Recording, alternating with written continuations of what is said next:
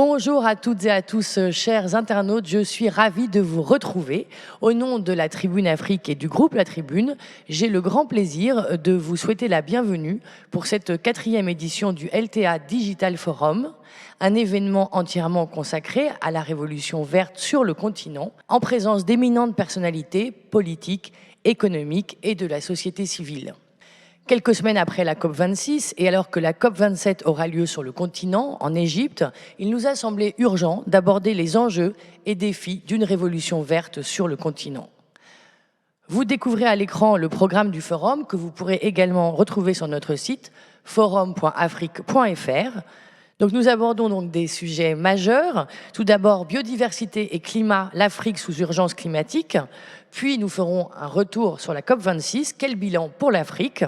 Nous évoquerons la question de la transformation des industries, puis celle de la finance verte, un sujet crucial, et enfin les enjeux d'une agriculture durable. Je remercie nos partenaires Huawei et la mairie de Paris, où je me trouve actuellement. Tout de suite, Arnaud Ngacha, adjoint à la mairie de Paris, en charge des relations internationales et de la francophonie, nous fait l'honneur d'un discours d'ouverture.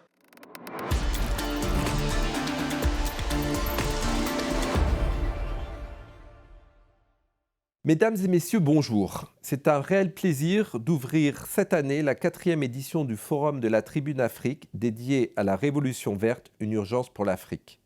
La ville de Paris et la Tribune sont partenaires dans l'organisation du Forum Zéro Carbone, dont la 2e édition a eu lieu le 30 novembre dernier à l'Hôtel de Ville de Paris. Être amené à prendre la parole juste après la 26e conférence annuelle de l'ONU sur le climat qui s'est tenue à Glasgow m'amène à peser mes mots. Les attentes y étaient grandes et les exigences nombreuses. Les manifestations de déception, notamment de la jeunesse, sonnent comme un dernier avertissement face à cet impératif de temps qui nous manque avant d'arriver à une situation irrémédiable. De même, cette COP26 a fait apparaître une fracture entre les pays du Nord et les pays du Sud.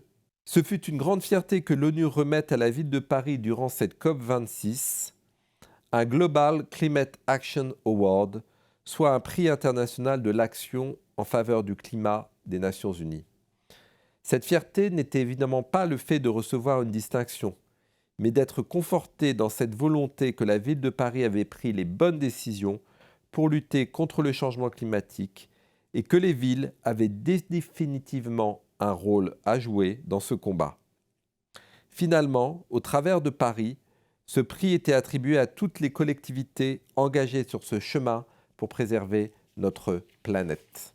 La ville de Paris a organisé, dans la journée du 6 octobre dernier, une grande conférence internationale sur la préservation des forêts équatoriales d'Afrique centrale, 2e poumon vert de notre planète, faisant entendre la voix des différents représentants des États, et tout particulièrement celle des maires des grandes villes africaines de la zone géographique concernée, ainsi que la voix des organisations non gouvernementales. Ces rencontres internationales sont un symbole fort du rôle de plus en plus important que jouent les villes, puisque la diplomatie des villes montre toute son efficacité, notamment dans le domaine de la lutte contre le dérèglement climatique. La ville de Paris est la première ville au monde en termes d'aide au développement, que cela soit via son budget propre ou via la présidence de l'Association internationale des maires francophones qu'occupe Anne Hidalgo. Elle met tout en œuvre afin de répondre aux situations d'urgence, de nécessité et d'accompagner ses villes partenaires à développer des projets novateurs de façon autonome par le partage de bonnes pratiques et d'expertise technique. Dans le cadre de ma délégation au titre de président du groupe Pays Sénégal au sein de Cité Unie de France, j'ai l'opportunité d'observer le rôle des collectivités sous un autre angle qui est celui de la coopération.